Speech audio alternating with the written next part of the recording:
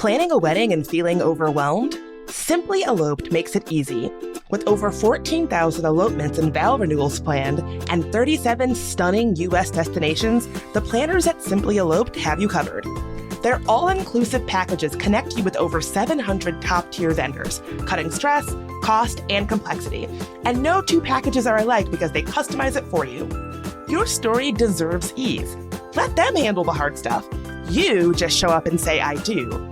Start at simplyeloped.com.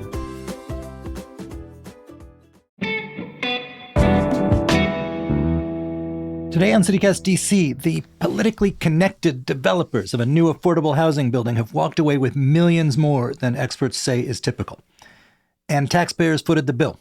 That's one takeaway from a big Washington Post investigation, and it's something that might make your blood boil. It also goes a long way to explaining just why it's so hard to build affordable housing in the city. Steve Thompson, the reporter behind the investigation, is here to explain.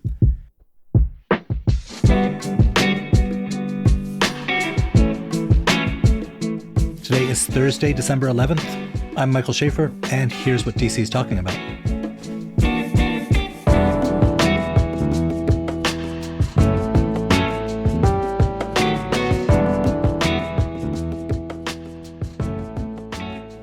Hey, before we get to the interview, I'm joined by Ash Durbin, our production assistant. We're going to talk membership for just a second and why you should be a member.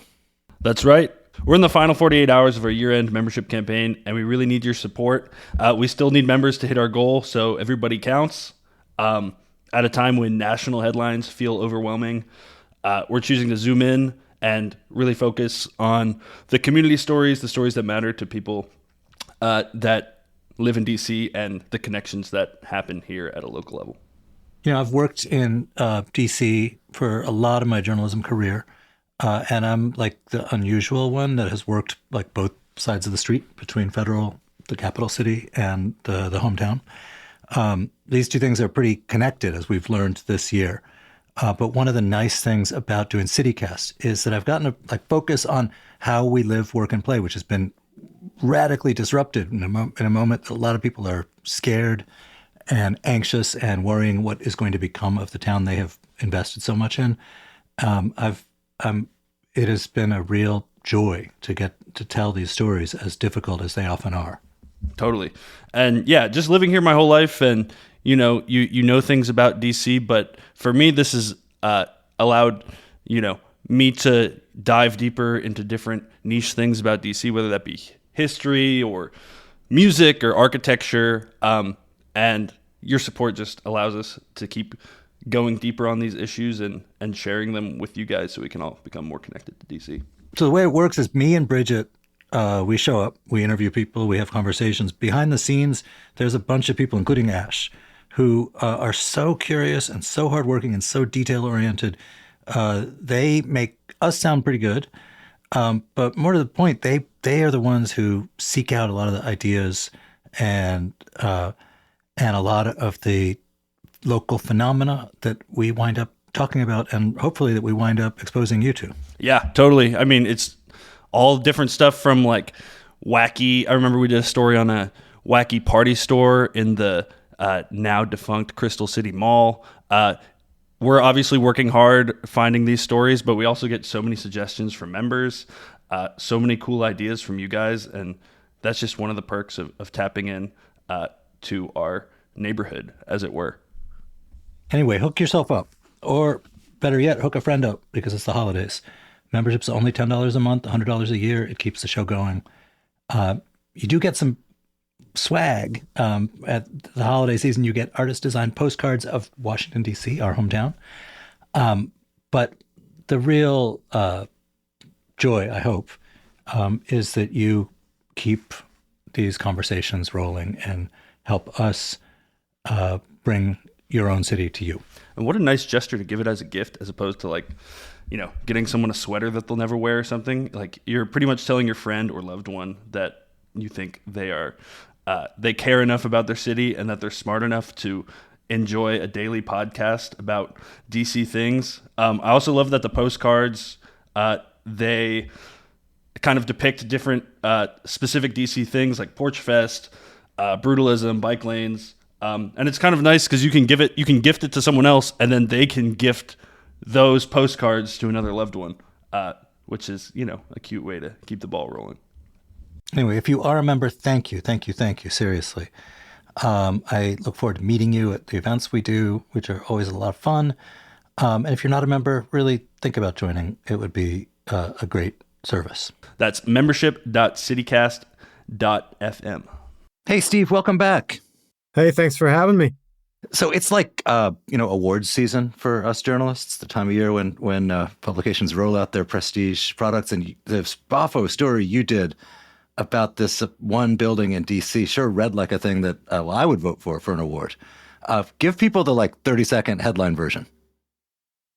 Well, so the story's about the development of a building funded mostly by the city, where the developers are collecting millions of dollars more than housing finance experts say would normally go to the developers for a project like it. These developers are longtime partners with the city on various affordable housing developments, longtime campaign donors to Mayor Muriel Bowser, and one of them was appointed by Bowser to sit on the board of the DC Housing Finance Agency, which has a big hand in these types of developments and had a big hand in this one in particular. You're saying it in a restrained newsman way, but when I read the piece and I was describing it to my wife, I said, wow, it sure looks like a bunch of politically connected developers are making a lot more money than they should. Well, experts told me that they were making a lot more than would be expected for a project like this. Normally, developers in a project like this get a developer fee, which would be a percentage of certain development costs, and that would be the bulk of what they might expect to get. In this case, they got that and then millions of dollars on top of it through various financial means. All right, so back us up a little bit. This building is the Ethel. Where is it? When did it open? So the Ethel is an apartment building not far from the site of the soon-to-be-developed RFK Stadium. It's in an area called Hill East, which is on the northwest edge of the Anacostia River. The city has long wanted to develop this area. It's the home of some current and former public facilities, including the DC jail and the now torn down DC General Hospital that turned into a mega shelter. So the city has wanted to redevelop this area, and it turned over a couple of parcels in this patch of land to the developers to help redevelop the area and to put affordable housing in. So the name on it, Ethel, just like the stadium, was named for a Kennedy. And that sort of gets to what the purpose was. What was the problem this building was trying to solve? The building houses former homeless people. So it has 100 units, and everyone in there is there because they were either homeless or very close to homeless and has some sort of physical or mental challenge that put them in a position to be homeless, and the city is trying to address that. And this was a cause associated with Ethel Kennedy, right? That's right. She was a longtime advocate for some of DC's more beleaguered neighborhoods and an advocate for social change. All right. So for those of us who don't live within, earshot of the Ethel or follow this stuff closely, why is this important? Well, affordable housing generally has to have government funding to work, but there are a finite number of dollars that the city and the federal governments have to put into these projects. So when some of that money is wasted or goes toward paying exorbitant amounts to developers, that's fewer people who will ultimately be housed. And how is this building supposed to work particularly? I mean, there's obviously, sadly, a lot of beleaguered neighborhoods and a lot of beleaguered people in D.C. What was this building going to do that's different? Well, this is so it's one of many buildings in the city that houses people in what's called the Permanent Supportive Housing Program, which gives people a place to live kind of in perpetuity and a sort of base camp to try to rebuild the rest of their life. And the Permanent Supportive Housing Program, along with vouchers for the housing, it provides caseworkers and social services for the folks who are in it. Now, this building is unique in that it's the only building, as far as I know, in the city that is 100% permanent supportive housing. So 100% of the 100, or not 100, it's probably more than 100 people in there because it's 100 units, and a few of the units probably have more than just an individual. But it's the only building I know of that has 100% permanent supportive housing occupants. This all seems great, but in your reporting, here's where it gets like shady. What tipped off your spidey senses that there might be something non-traditional going on here?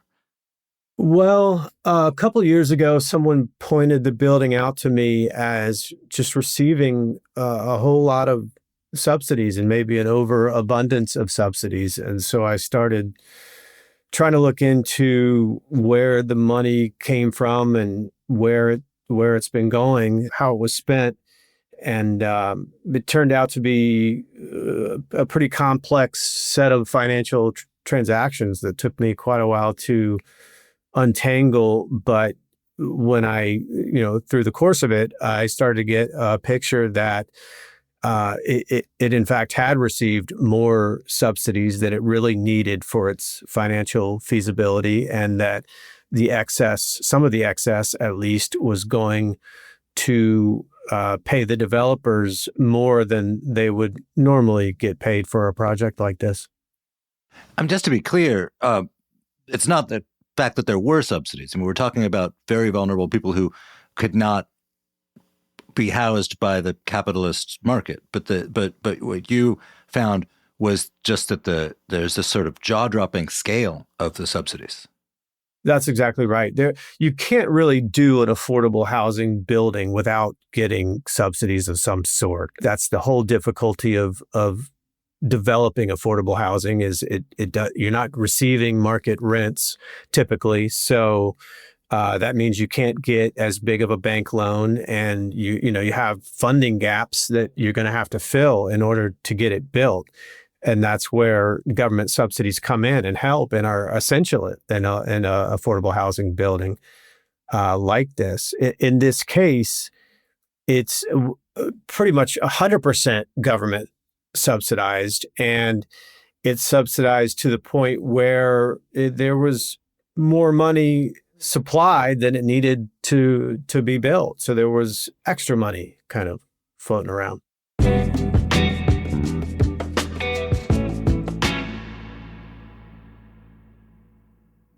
If you are still looking for a great gift to give to your family or your friends this holiday season, consider an Aura frame, which is the best way to stay connected with people you love. My dad is a photojournalist, and when I was growing up, we always had incredible photos of the family around the house. The ones that were kind of guaranteed to make us laugh and transport us back to those moments. And these days, we take so many photos on our phones, but then those photos often don't ever leave our phones or our Instagram pages. So enter Aura Frames. This is a frame that allows you to give a loved one a photo frame and then add your favorite pictures to it remotely. And you can even preload the photos before it ships so that the gift is ready to go when your loved one opens it.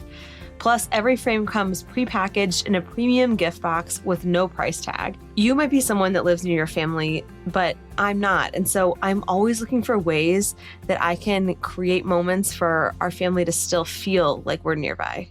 So for a limited time, save on the perfect gift by visiting auraframes.com to get $35 off Aura's best-selling Carver matte frames, which were named #1 by Wirecutter, by using promo code CityCast at checkout.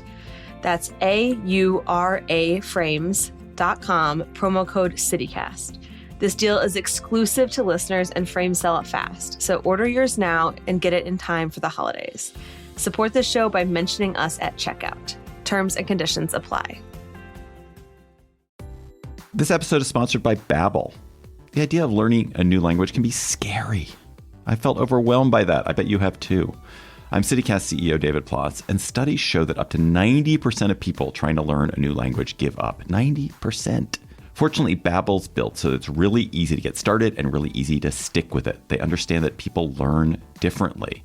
So maybe you can dive into a podcast on Babbel when you don't feel like a quick lesson, or you can speak out loud to get practice in, or you can explore courses based on specific topics and even create your own customized review lists, all within the Babbel app.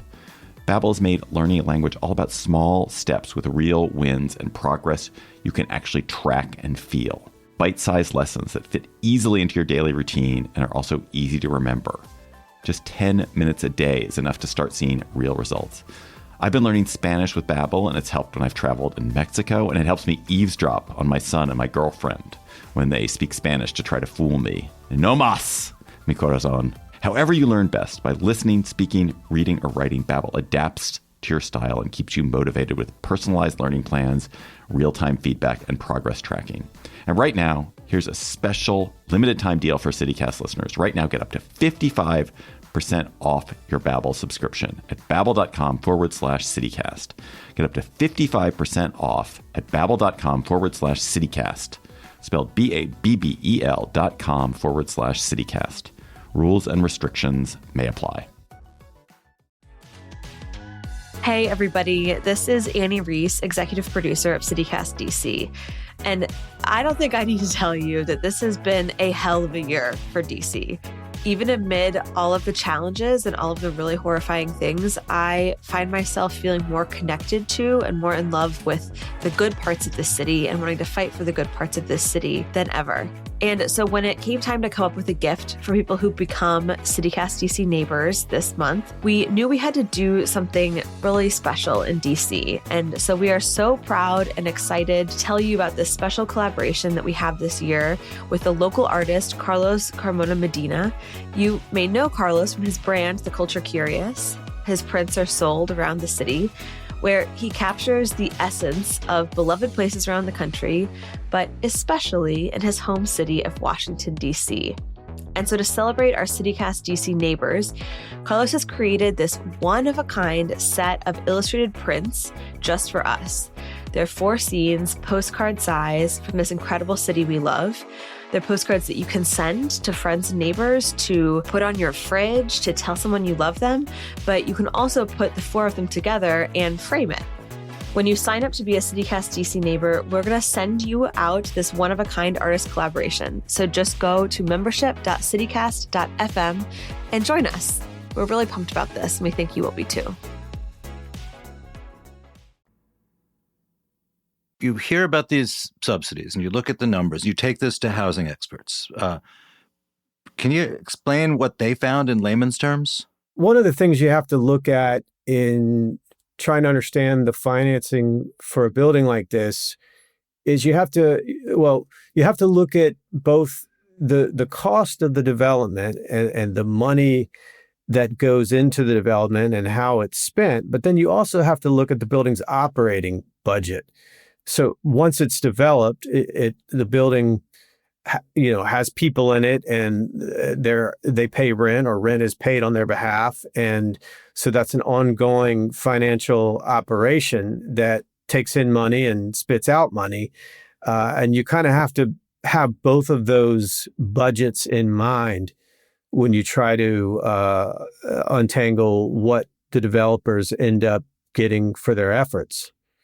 But it starts with them getting the land itself on which this building sits for $10. That's right. Which is a lot less than I paid for my house. Is that weirdly low? Well, really, the $10 is just it's almost like a legal placeholder. It helps in a financial transaction like this, or in a real estate transaction, to have some kind of at least a few dollars in consideration for the sale to make it kind of an official sale. So the $10 is really just a legal nicety. What the city really wanted for the land that it contributed was this promise from the developers that they would put affordable housing on it. Right. And they did that. What would the city have typically expected if they were getting good value here?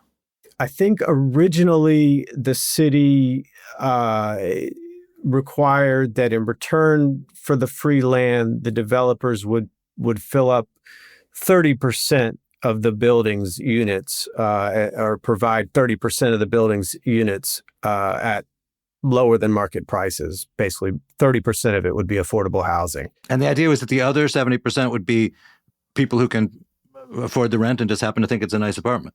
That's right. That's right. That was the original concept. Now, that concept changed over time. And really, the original concept was there were going to be two buildings and I think 30% affordable housing spread throughout the two of them. They ended up breaking apart the two projects. And so that one of the buildings called the Park Kennedy would get a much lower amount of affordable housing. And then the Ethel would get 100% affordable housing.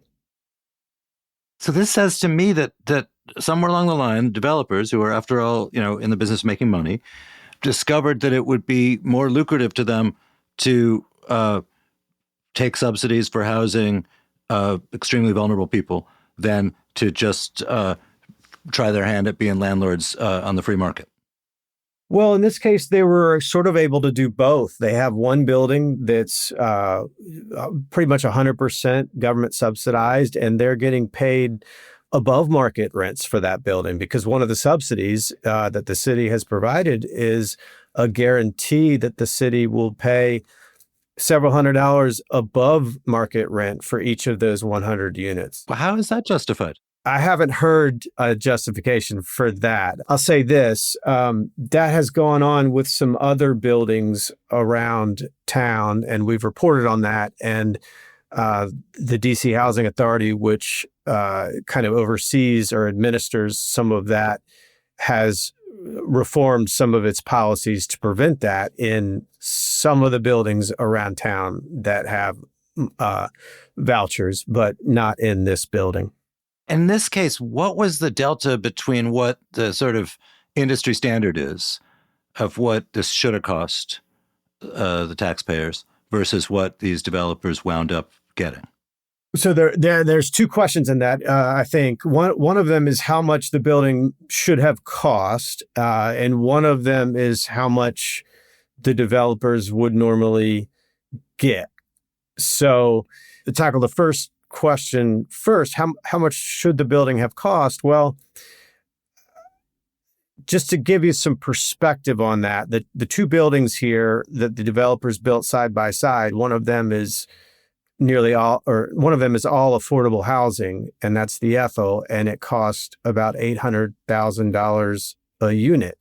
The building next door that is very little affordable housing, mostly a market rate building, that cost about $360,000 per unit. And the affordable building gold? I mean, what's the difference between them? So there are sort of legitimate reasons for that. I mean, affordable housing does tend to end up costing more, in part because the financing fees can start to stack up, because there are so many funding sources and so many complications that it can just sort of cost you more in financing fees to get that deal done. So that's one of the reasons. Another reason is in a lot of tax credit deals like this one, there just end up being a lot of sort of government mandates on you have to do this and you have to do it that way and you have to pay this certain amount of wage to the folks who help build the building. So there are a lot of sort of costs like that can start stacking up. Now, I don't know in this case if that could explain cost per unit of more than double, but that's what they ended up with. And these were not just any developers. These were people who with very close connections to the government, to the mayor, to the political establishment. I know that's pretty normal in the world of developers. There is a lot of hobnobbing that goes on. But that seemed significant in your reporting.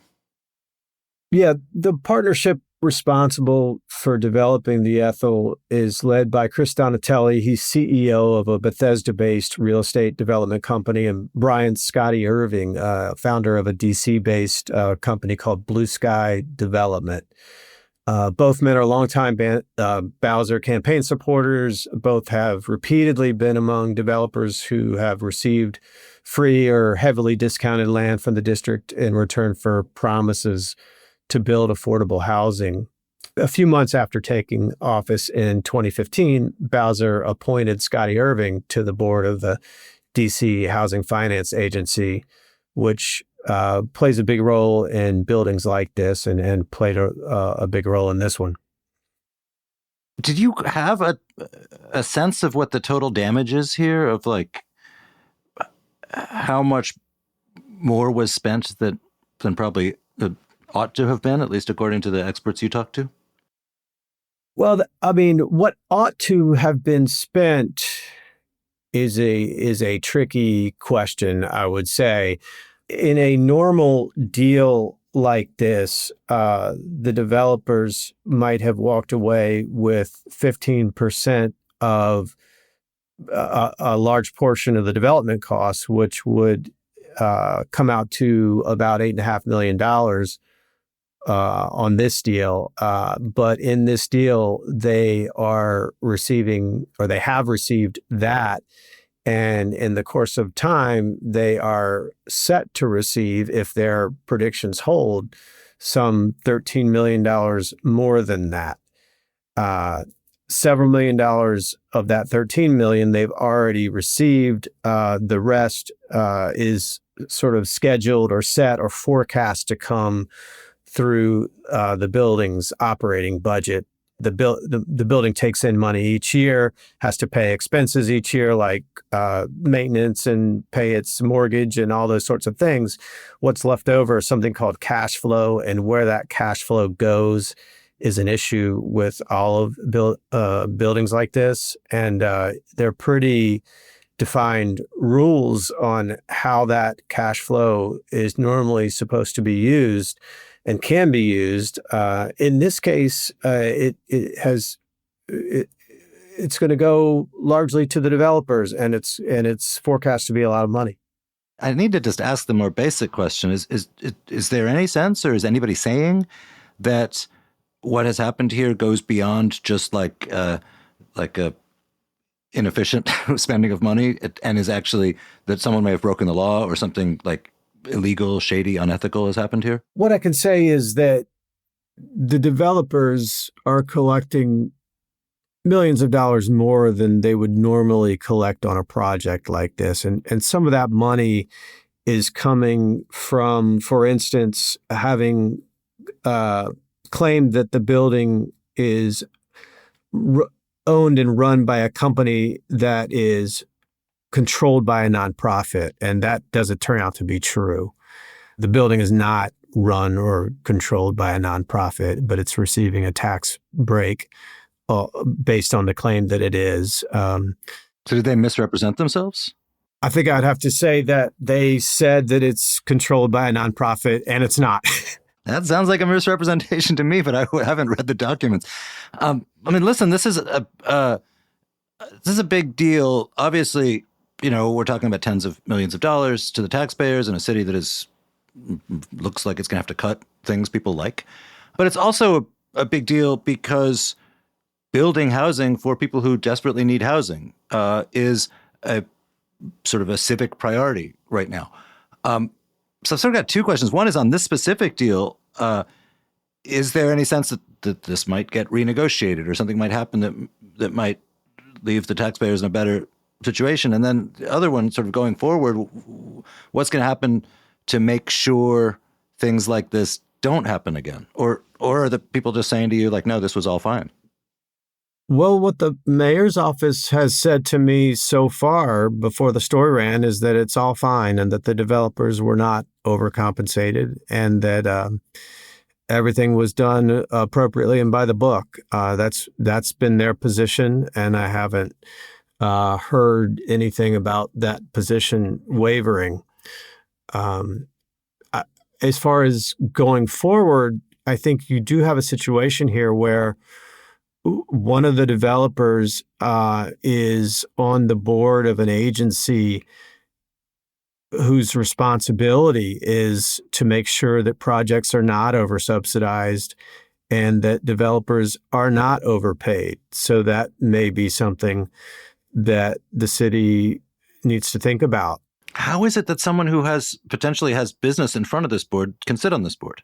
Well, that's been a thing that has happened with this board for the last decade. I think one of the defenses that I've heard for that is that you need people on the board who are sort of on the ground in this kind of world and understand how these projects are financed and how all this works. And it is very complicated. So you do need people that understand it. Isn't that what retirement's for? Yeah, I mean, I won't claim that it's an easy solution to work out. You've got to find people that really understand this stuff well and understand it in the context of doing business in DC. But you've also got to find people who do not have conflicts of interest. I should add that Brian Irving, the developer in this case, was not present for the meeting where this project was approved. The bond financing was approved for. He was not present for that meeting. Was that because he recused himself, or was he like on vacation? Well, I have some correspondence where like an ethics lawyer reached out to the I think it was the executive director or somebody in the agency and said, hey, this could be a problem. And the response was, hey, he's not going to be at the meeting. So bottom line here is we've got some very connected companies and people who have made a lot more money than they might have made. And neither they nor the city government is saying to you that they think anything went wrong here. And even if we stipulate that like building housing for vulnerable populations is devilishly hard and financing the stuff is devilishly hard, is there anybody out there in our sort of civil society and politics who is saying like, this post investigation has raised a lot of questions, and here are some reforms that we should maybe be looking at? I think that's a good question. I don't know the answer. I'll be interested to hear over the coming days and weeks if anybody does voice any concerns or start to ask questions or think about how things might have been done differently or how they might be done differently in the future. I haven't heard anything like that yet. Well, Steve, if you do, please come back and tell us about it. Sure will. Steve Thompson from The Post, thank you so much for being here. Thanks so much for having me.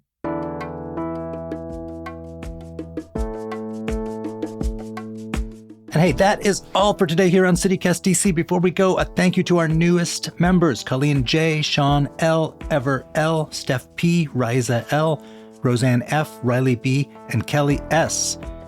Riza, you said CityCast is your favorite source of local news and activities. Thank you. And Roseanne said, your DC team is wonderful. I've been receiving the free newsletter for several months and so enjoyed reading them, I decided to join the paid subscription to help the team. Thanks. And thank you, Roseanne. When you join now, you get our artist-designed postcards, $10 a month or $100 a year, membership.citycast.fm. And either way, if you enjoyed the show, why not tell a friend, rate the show, leave us a review, and subscribe to our morning newsletter. We'll be back tomorrow morning with more news from around the city. Bye.